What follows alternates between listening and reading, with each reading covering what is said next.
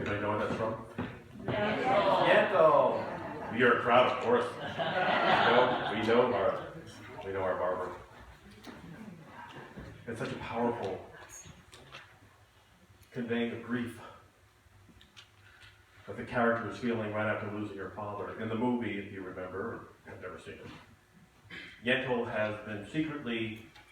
was being secretly taught by her father, who was a rabbi, to get Bunyan to learn Torah and Talmud and other wonderful teachings. So he taught her in secret. And when he dies, she decides she wants to learn more.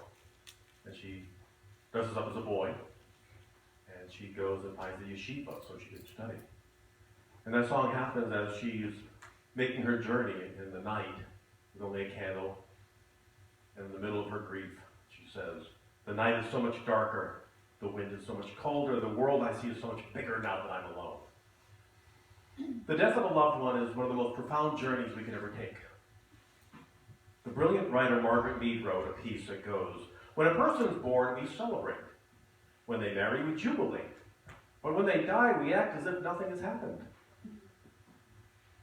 Our country is death-denying. We don't like to think about it. We don't talk about it. Even in the hospital, the body's whisked away. Everything's cleaned up as if it never happened. One of the major challenges we face in life is loss. And it doesn't matter how spiritual you think you are, or how positively you live your life after doing New Thought for such a long time. Loss happens to all of us. One of the issues that I had such a difficult time with when studying at Unity Village Seminary was the topic of grief. I could never find anything on grief. On grieving, it was always like, life is great. You know, it's what we teach. But there's a time when we take a look at the other side. But there is such a dearth of material at Unity Village, I was really shocked. New Thought, quite frankly, does not do grieving well. We just don't. We don't want to even think about it. When I was preparing a paper for grief counseling in my last year of school, I couldn't find anything in the Unity archives. Charles Fillmore, the co-founder of Unity, didn't talk much about it. So the closest I could find was a little pamphlet from the early 60s, written by the director of the prayer ministry, that was entitled, "Dry Those Eyes." Sorry. It's like, wow. Give me a half an hour and I might do that. But it was kind of shocking and a little rude, I thought. "Dry those eyes!" Exclamation point. The bottom line for this writer was that grieving revealed a lack of awareness of God being present, and that the student of metaphysics happily accepts the eternality of a loved one's soul, and therefore grieving revealed a weak faith. Well, excuse me. Wow. And I brought that up in class. We had quite a discussion about it, really. There was half that agreed and half that pleased. I talked to my friend Rosemary Fillmore, the granddaughter of the founder of Unity. And she was always my go-to person because she knew Charles Fillmore so well that she was always with him and got the benefit of just living next to this really great spiritual giant. And we would meet at her place when I came into town. She had a lovely little bungalow in the village. And she would break out the Chardonnay, which she was, Unity Village was officially dry. Not anymore, thanks to Rosemary. So I told her about this pamphlet. I told her about everything, the trouble I was having, and sharing what the pamphlet said about, having a weak faith and everything. And in her wise and loving way, over the glass of Chardonnay, she said, "Oh, that's horse shit." Amen. Amen. You can see why she was called Unity's black sheep. But she was right. It doesn't help us a bit to say we can't grieve, that it shows a weak faith, that we don't believe. The founders of New Thought were also coming from a very puritanical mindset that this country is still in the clutches of sometimes. Watch the presidential debate. They try to out-Puritan each other every single step. Well, if you don't like this, I don't like this. Well, I don't like this either. I don't like this either. It's like, oh, okay. But even in the Gospels, Jesus was told by his friends Martha and Mary that Lazarus, their brother and Jesus' best friend, had died. What followed was the shortest verse in the Bible. Anybody know it? Jesus wept. Jesus wept. Jesus grieved his best friend dying. The great teacher was hardly weak in his faith. He grieved the loss of his best friend, even though he knew the truth. The guy who knew his oneness with God better than anybody ever had, and knew about the eternality of life beyond this one, was in deep mourning. Why? Because his best friend died. That was it. It doesn't matter if you're one of the wisest spiritual masters the world has ever known. Grieving is going to happen. If you're on the planet, you're going to lose something or someone dear to you. The dictionary defines grief as intense sorrow, especially if caused by somebody's death. That's so incomplete. Grief also includes anger, guilt, shock, powerlessness, depression, vulnerability, resentment. And as the writer C.S. Lewis shared, no one ever told me that grief felt so much like fear. But grief happens all the time in life, in small and in large ways we may not even associate with grieving.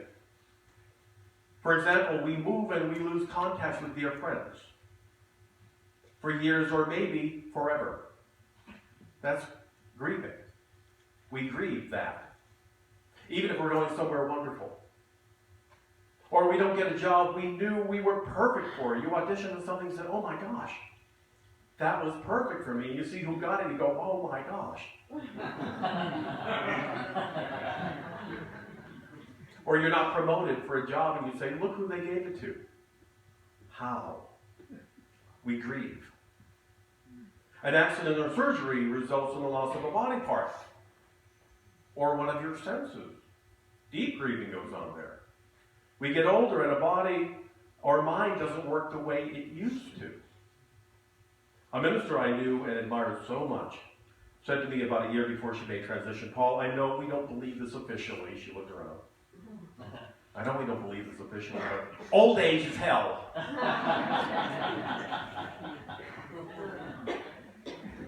Why was it hell for her? She just lost her partner of 50 years. That's hell.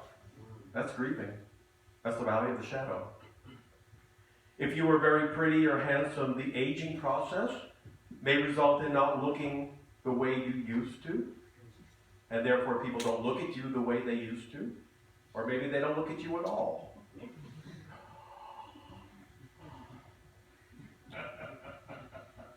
That's grieving. That loss. The man or woman that you knew you would be with forever doesn't love you anymore. Or vice versa, which doesn't make it any easier. You come to realize you don't love that person anymore, and it's not bad, it just is. And it has to be okay, but there's a grieving that will go on both sides. And if you were around New York City in the 80s or 90s, almost weekly, we lost scores of young men and women to the AIDS epidemic, which I know I'm still grieving when we look and see who is not around anymore. Your home burns down or is repossessed, that's a death.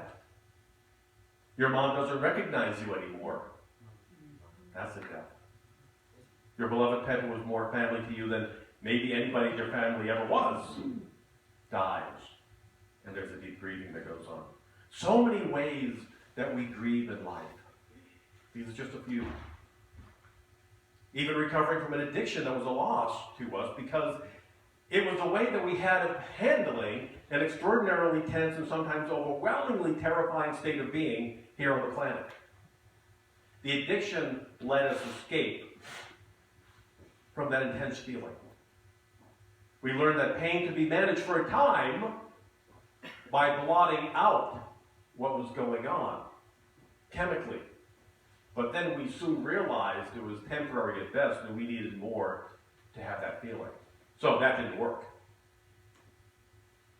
Edward Hirsch, the poet, wrote, "Look closely and you'll see almost everybody carrying bags of cement on their shoulders.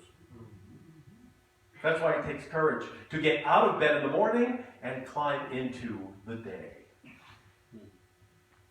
When actress Elaine Stritch quit drinking, after decades of imbibing, well, since she was born, really, almost. She was going on stage one evening when the comic Georgie Jessel said to her, "Where's your drink?" She said, "I quit." He said, "You mean you're going out there alone? With your bag of cement? Without any help?" I don't care how spiritually advanced you think you are. If you're still on the planet, you're going to go through the intense valley of the shadow of death experience. We all will go through that many times while being on the planet. Being a student or practitioner of New Thought Metaphysical Truth doesn't mean that you're going to avoid having those experiences. Somewhere along the line, we heard that. "Oh, everything's going to be great from now on. Sunshine, lollipops, roses. Everything's, no. That is not what we're talking about here. It isn't that we're going to avoid going through them, it's that we have the tools to work with them. We have the tools to get through it and be happier, healthier, and stronger when we get to the other side. I promise you there is help if you're going through any of this today. There is help, and we're going to show you how. That's why we have this wonderful center called Spiritual Arts Center. We're here for each other to get through it and know that we're not alone on the journey. Now, grieving, spiritually understood, is the healing process, a natural outlet of healing that we have from this wonderful universe. We're not here alone. Without these resources, we have it within us. Grief creates a protective divine energy so that you can process the loss in a way that allows you to continue to be on the planet in health, in creativity, in joy, and in prosperity. Grief helps us to move through it. To have these gifts of spirit, we often have to grieve. Really do the work of authentically grieving, to be in it and not run away from it. And move through the painful journey of life that we often find ourselves in.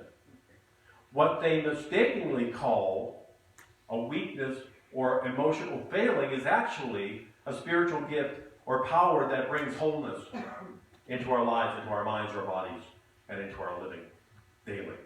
Here's my own belief. This came to me in meditation not long ago. We seem to be going through an epidemic of depression in this country. What came to me is that we're not depressed, we're grieving.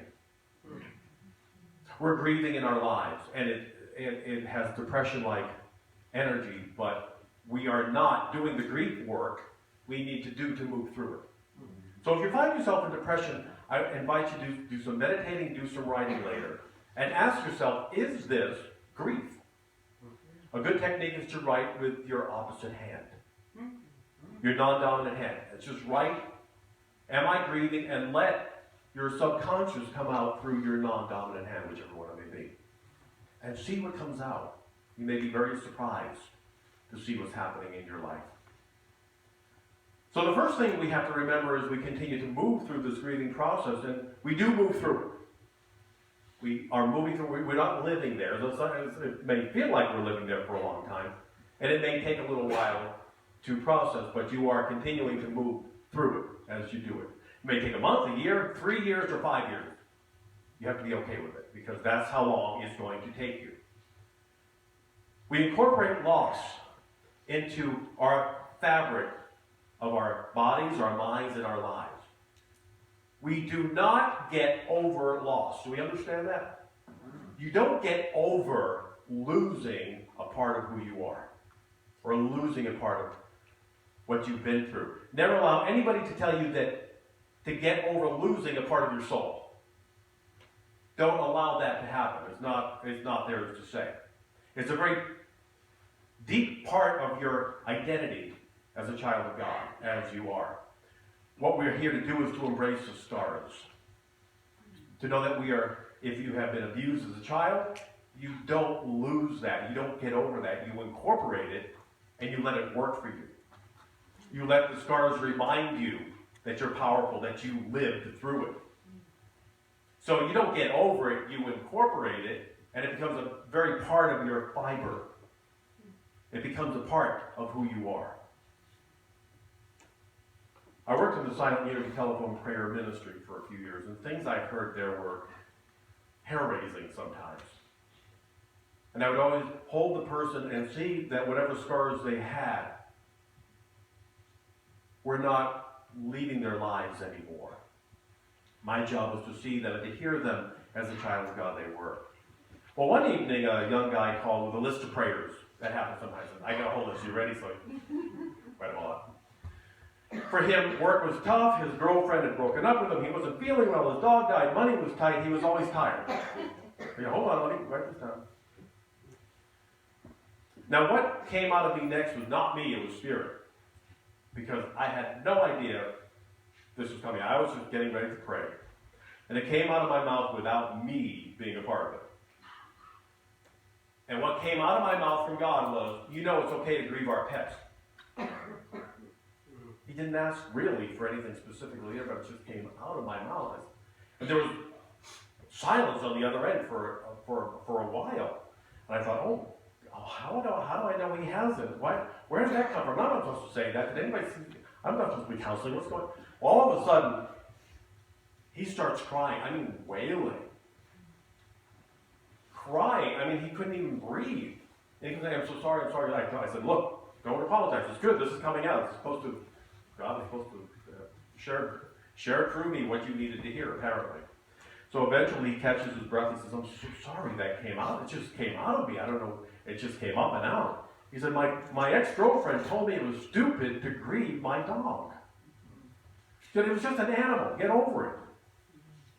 He said, thank you for allowing me to do that. I feel so much better. My dog was my life. So we have to grieve. We cannot diminish anything that we're going through, no matter how small it may seem to others or how large. We ourselves know what is important to us. And this guy finally did, and he began his healing. Again, it wasn't me talking, it was like just spirits like popping this out. I call grief a spiritual art. Here at Spiritual Art Center, we embrace the powers that we have within us as a divine gift so our lives can work. That we can create the kind of life that we want to have while we're on the planet. Whatever you want to create in your life, you have the power to do. We have to recognize the tools that we have. And grieving is a tool we may not have even considered. Again, you may not even think that you're grieving, but perhaps you are. You are a divine artist of life, and we have to create the most glorious you possible for your life to work the way that we want it to. And it can be very scary to give away such a powerful energy, or to let it take hold, such a powerful energy that grief is. Grieving involves letting go. Grieving involves letting go, and that's really scary. Letting go is something that we have kept under wraps for such a long time, we kept such a tight hold on, that even the idea of opening our hearts, opening our minds, opening our hands can hurt. But if we don't let go, we're going to continue in a life that doesn't work the way that it could. If we did let go, we're afraid of what it might do to me. Not letting go is keeping me together. Well, the truth is it isn't. You're just trying to hold on, and eventually you're going to wear out. Mentally, physically, emotionally, spiritually. Keeping something bottled up is not helping you. It's hurting. It's creating addictions. It's creating health issues. It's creating money issues. It's not allowing love to flow. It's not allowing you to find the love of your life if that's what you're looking for. If you're all bottled up, nothing can flow. There's no divine flow going on. Tim Gunn from Project Runway says he'll never open his heart again to anyone. Because he was dumped years ago and he said, I just can't go through that again. I don't know Tim Gunn. This is in his book, so I'm not telling any secrets here, so this is from him. But he said, I am not going to go there again. So he's all closed off. If that's you too, I invite you to remember that you came to the planet knowing in your soul that certain things were going to go on. That you planned it in your life script. Breathe. That you said, I'm going to go through this, but I'm going to remember in my heart that I'm a child of God and I'm going to get through this. You said, I'm going to give myself a pop quiz here. I'm going to fall in love and the person's going to leave. But I'm going to handle it because I know God is at work, and that is simply a spiritual test I gave myself. I'm going to go through wonderful wealth, and then all of a sudden I'm going to have a blip. I'm going to say, okay, God's at work here. I'm going to go through a health challenge, and I'm going to remember God is my health. But we come here, we forget. And then we grieve and we hold on to it, and we don't do the work of moving through it. We knew we were going to survive it because we have that power within us. And it might possibly happen again. I might have to go through it again to really remember that I'm stronger than any challenge I might go through. So if it happens again, you're going to survive it. Whatever you're going through, God is at work. The energy of God. God's not a person. We don't believe that here. God's not Charlton Heston like going, you messed up. No, it's the wonderful energy of love that says, I'm always present. What do you need? Keep moving. Keep going. Letting go and letting God means your heart is open to living again. That you're willing to step in and really live your life the way that you need to. Even after it seems that death or divorce or deceit ruin any chance that you could ever have of being joyful again. Not true. You just went through something, you have the scars, and you're stronger because you went through it. Trust the divine love and wisdom within you to reveal that all you need to know about your life is being revealed right now.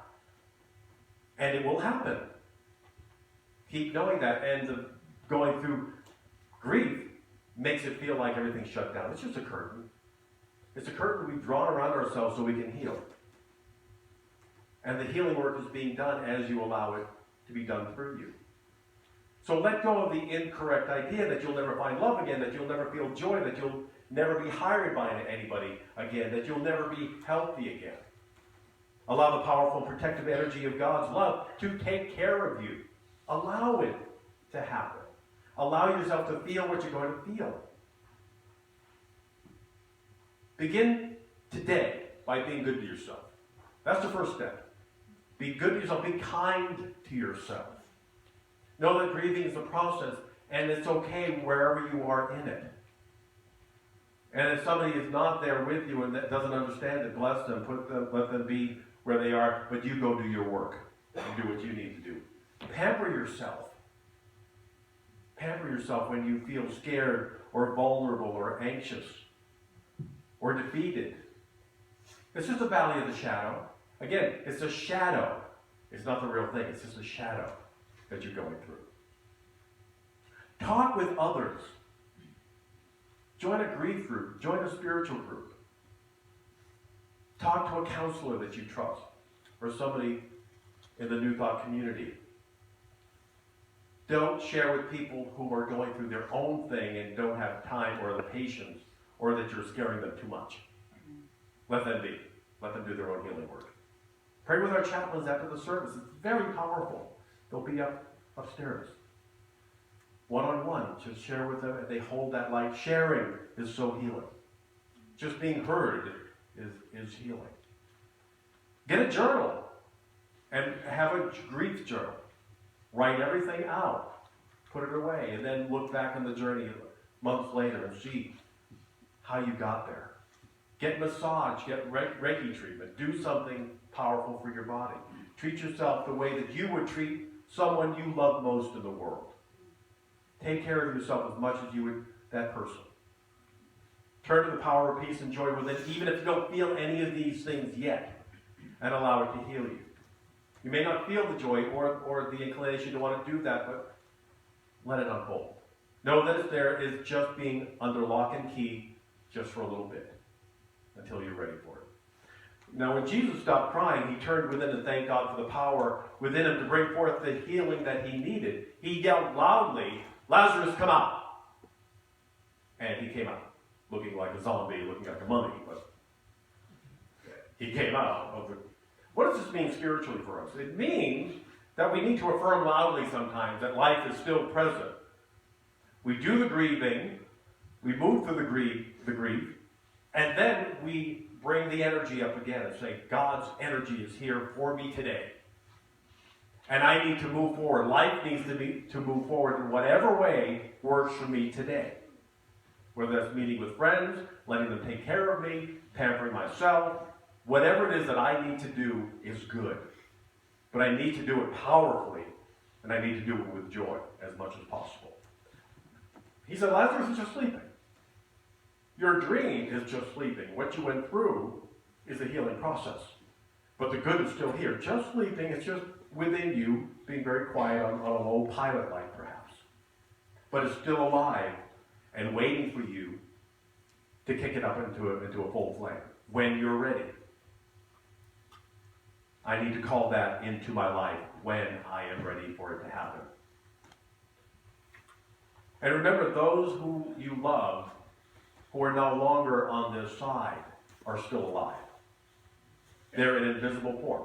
Here's how you know that they're with you. When you think about them, that means that they have tapped you on the shoulder. Oh. So if they come to mind and say, oh, hi, you're here. Pull up a chair, let's chat. You can do that, they can hear you. Just because they don't have a body anymore doesn't mean that they're not alive.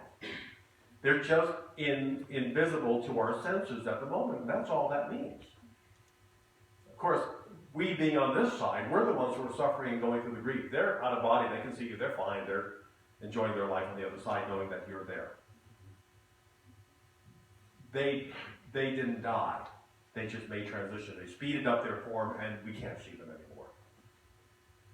But it's important for us to feel what we're feeling. It's a grieving process we have to go through when we lose them physically. So we have to honor the grief and know that one day your joy will return. That it is not dead. It is alive within you. My dear friend Carlos Anderson, many of us know Carlos, when his partner Johnny died, he went through a real difficult grieving process. It's like a part of Carlos passed on, and he did. He said 3 years later he woke up and said, oh, there's my joy. It's back. Took 3 full years for it to return. I kept dropping him a note, emailing him, writing to him. Never heard back from him, but I knew that my soul knew he was going through that. And then 3 years later said, hi brother, you know, it's like he just talked to him last week. So we need to honor the grieving time. Grieving will take as long as it will take.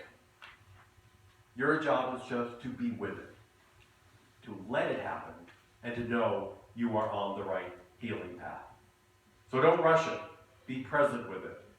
Let go, and let God do the work for you. Take a breath. Close your eyes.